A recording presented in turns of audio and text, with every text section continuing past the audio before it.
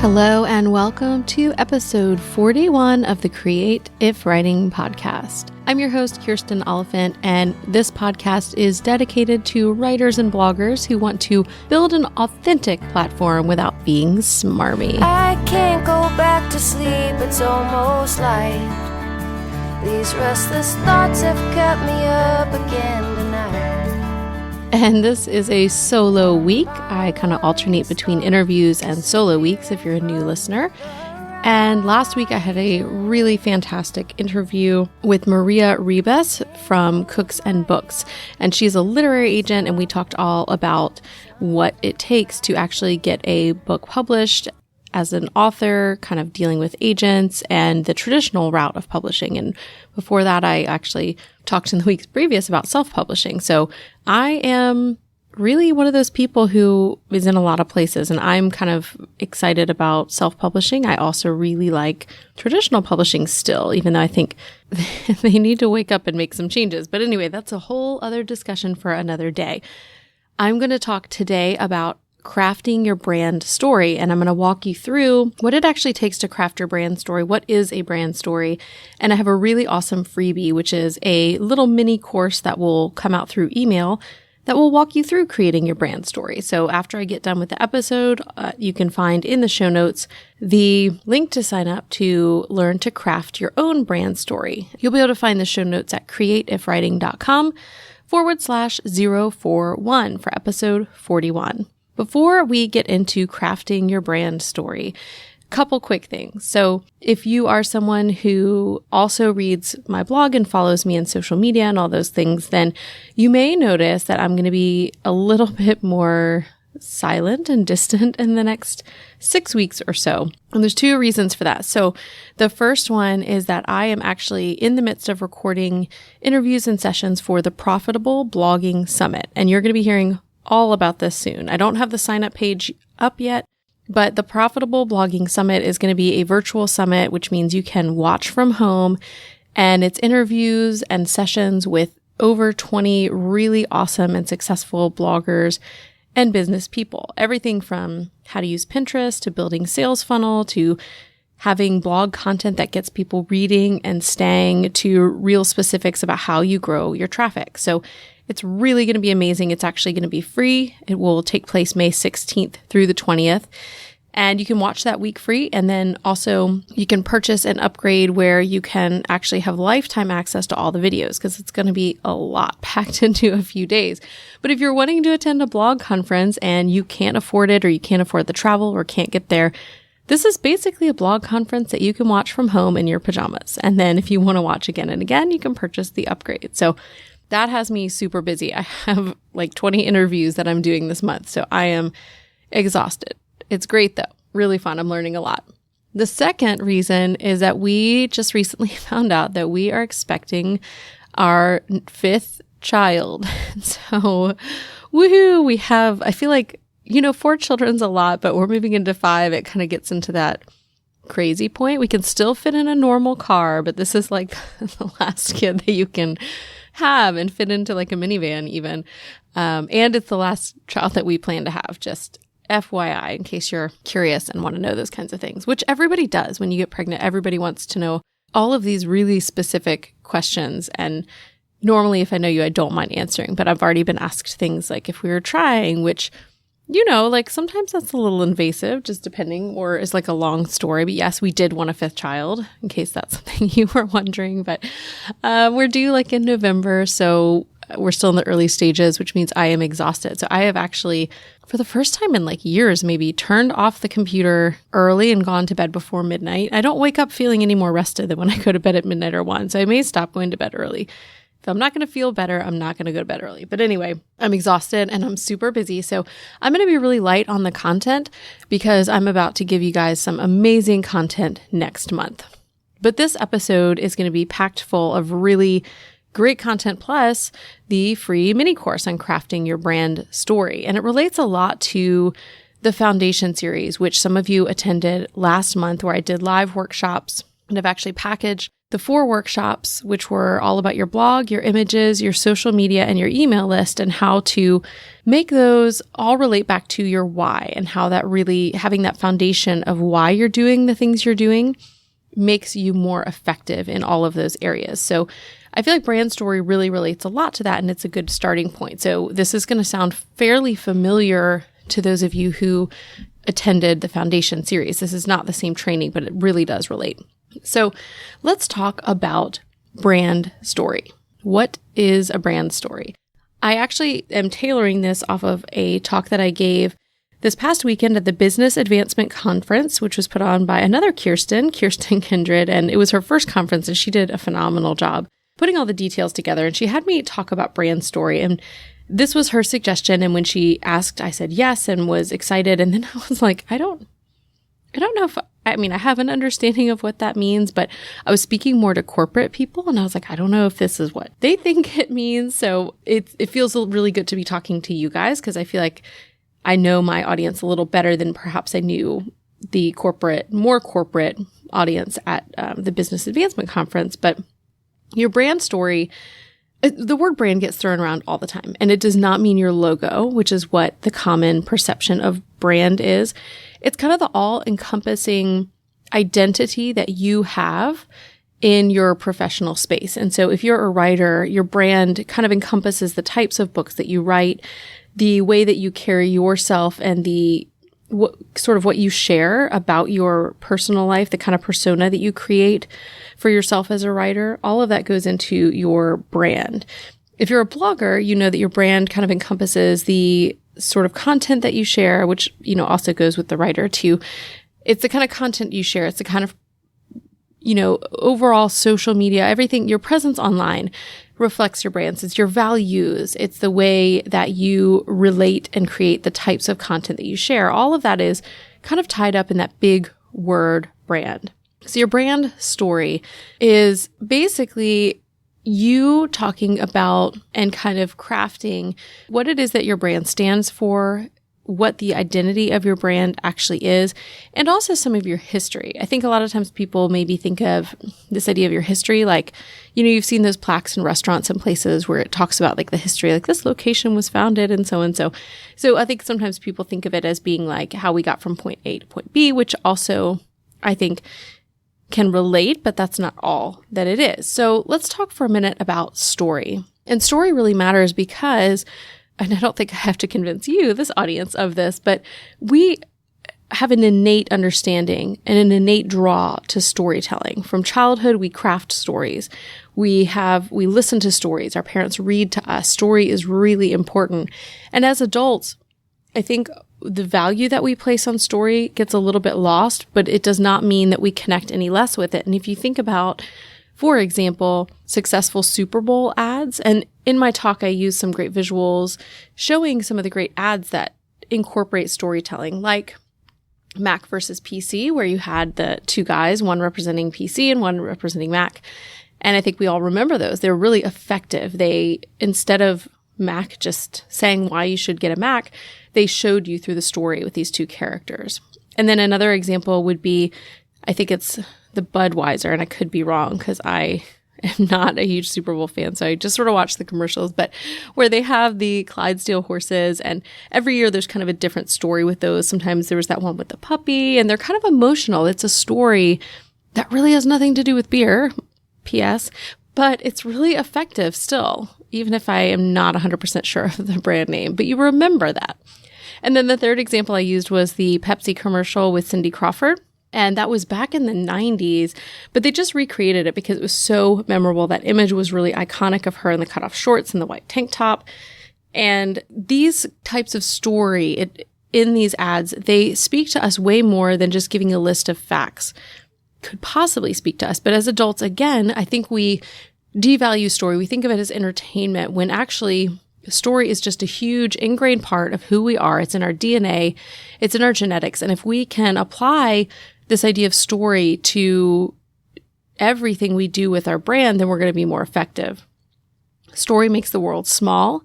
Story connects me to you. And again, as writers and bloggers, I think this is something we understand really well. So when we're talking about brand story, you're not just talking about your own story. You're actually talking about your story and where it meets your audience's story. Because your brand story is not just about you, it's actually about your audience just as much as it's about you. And I think this is where people kind of make the mistake, or if they're trying to kind of write out their story, they forget that it's not just about you, it's about your audience. Your brand story should convey how much you understand your audience's pains and needs and wants and desires. It reflects who they are as much as it reflects who you are. When you're writing your brand story, and this is something that will kind of be laid out really easily for you in terms of something you can sit down and write in the free mini course that you can get signing up, again, at creativewriting.com/041. But the first thing you want to do is you want to get all the information on the page, and then we'll go back and edit. So the first thing is you do want to trace your history. You want to sketch out your beginning until now, and that may be, may include something from childhood. It may include, how you got started doing what you're doing and where that love was born. It may be shorter. Maybe you just started, your particular blog or business or brand a few years ago, and, the roots were just right there. So write down your history, sketch it out from beginning to now, where you've come from and where you are now. And then a really important part of this story is your values. And so you're going to write down the core values and beliefs that are associated with you and your brand. And some of these you may actually write down a whole lot that you don't include, because sometimes you may not want to include particular things like, for example, my faith is really important to me personally, but it's not something that necessarily comes across. Like, my creative writing website is not evangelical. So there's that value kind of underneath, but it's not underneath in a way that I'm going to be sharing. Like, I'm going to be sharing links about how to write better, how to do social media, all of that kind of stuff. I'm not going to share links that talk about faith-based things, if that makes sense. So it may be in there, it's underlying, but it's not something I'm overtly going to talk about. So you want to write down all of those values. But again, as we go back and edit, some of those are not going to be as prominent, or some of them may be things you don't talk about. You actually want to list out some of those things, like, politics. That's another example of something that you may have those particular beliefs or hold them even very strongly, but they may have no place at all related to your brand. So if that's the case, if you don't want that to have any place, then you're not going to ever post on social media about that. You're not, at least in the accounts associated with your actual brand. So if you have a personal Facebook profile, maybe that's where you share that, but on your page or in your group that's related to your brand, you're not going to talk about that. So you definitely want to sketch out all of those values. And then as you come back to edit, you're going to choose which of those will actually represent publicly or overtly your brand. And then the struggle. And this is a really important one. And this is where you start to kind of bring in the things that you have from your actual audience too, and thinking about them. You're not just talking about your struggle. This is where you start to talk about their struggle. So you want to talk about maybe the humps that you got over as you're starting your brand or dealing with things. You also want to talk about maybe why you started out doing what you're doing, because often you may start to solve a problem that you see a need for. Like, I hear a lot of people saying, well, I didn't see anyone else doing this, so I went ahead and met that need by creating this whole business or creating this blog to provide this. And so you also start to talk about your audience's struggle because you're writing for them. So clearly you know what their struggle is, or you should. And if you're not quite sure, then you need to sort of figure that out. Maybe you could think about the questions that you hear people asking you over and over again, the things that people are coming to you for to get help. Facebook groups are a great place to kind of see what the struggle is, or even, you could look at social media. You could ask questions or surveys through your email list. And then it's really a very effective way to talk about the struggle when you're able to echo the language back that your people use. And so if you do have people answering a survey or people asking you questions, if you ever get kind of those answers that really stand out to you, make a file where you can actually save that. And I've heard copywriters talk about this as like a copy bank, but copy and paste the things that people say into that copy bank. And then you can echo that language back in the way that you talk about the struggle. So if you're trying to help somebody solve a problem through, a book or course that you create, you can actually use in your sales copy and the back of the book cover in the chapters themselves or in the course itself, the language that they use to describe their pain, their struggle, the things that they need and want. So you want to talk about your struggle, anything you've overcome, and also their struggle. And I think something really important also to remember is that sometimes people don't want to share their struggle. They don't want to be vulnerable in that way. And there are things you probably shouldn't share. So again, as you're writing these, you also maybe want to make notes kind of as you go back with the things you do not want to share. But when you are sharing a struggle that you have and you're being vulnerable with people, it's actually been shown through studies that when someone is vulnerable and reveals that kind of information, it actually boosts the respect that people have for that person. And that's a really important thing to note, that it's actually going to connect your reader with you and your audience with you in a deeper way because they see your struggle and they relate to it. So the fourth step in your brand story is revealing the transformation. So it's going to be, again, about your transformation and theirs. You're going to talk about how in your history and in the struggles you came from point A to point B, and also how they can come from point A to point B through whatever it is that your brand provides, whether that's goods or services or books or just free resources. Whatever it is, you're going to talk about transformation.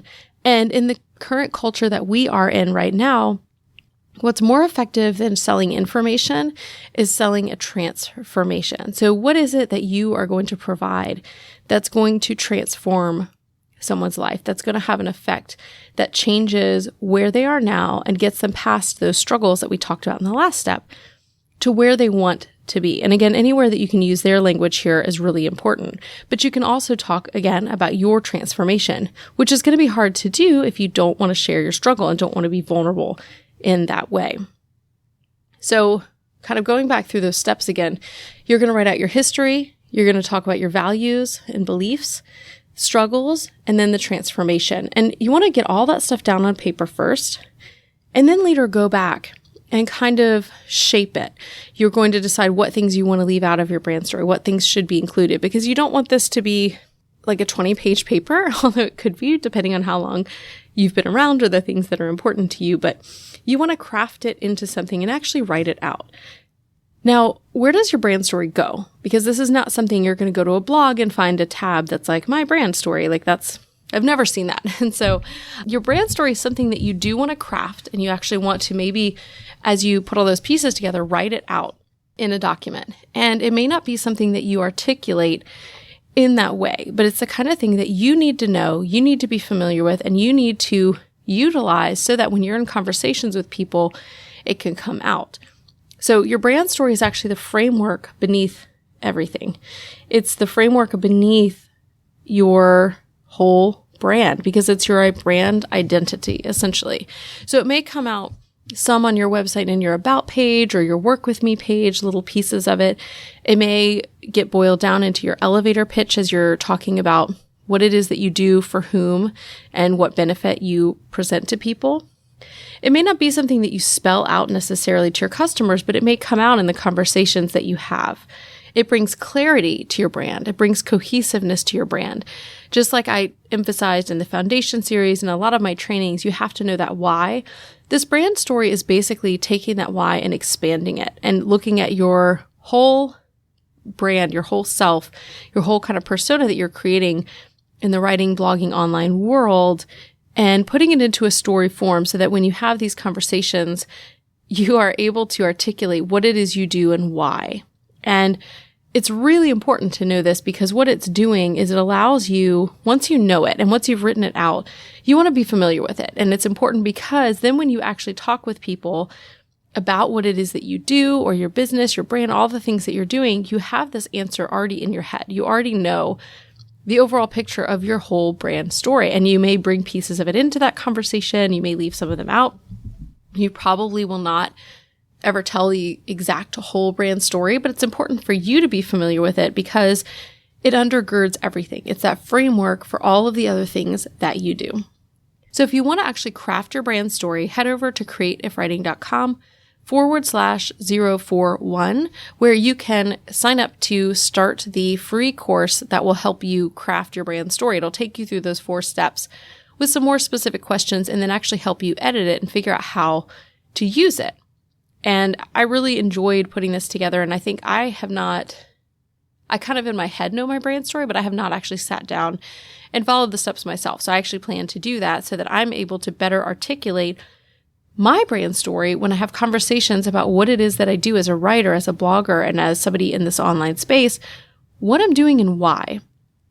And again, that's so important because I think if you've ever been to a blog or talked to somebody that's doing an online business or writing and they don't have a clarity, you may not put it in that way. Maybe you're not like, oh, they don't have a lot of clarity, but you're going to find yourself like distracted on their website. You're going to find maybe some confusion about how certain pieces fit with the whole. You may find yourself not attracted to that brand because it's not cohesive. It's not clear. It's confusing to you. And this is something that we often understand on an innate level because, again, we are people who connect with story.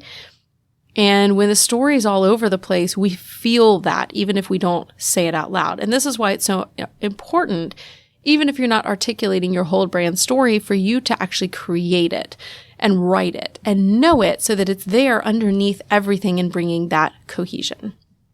So that is crafting your brand story. And I hope you guys go through the workshop and let me know how it worked for you and if it helps you to kind of be able to articulate this. I wish these are things that I kind of wish I had done way before. And, it's always helpful to go back after you've already created something and started something, but it's really nice if you can start out like knowing those things on your own so that you can actually build from the ground up. But most of us don't have that luxury. We start and things kind of organically transform, or we, don't really see what our goals are. We just start something and then all of a sudden you're 2 years in and you're like, what am I doing here? And so it's really important to craft these things, to think about your why and to bring a cohesion and clarity to your brand.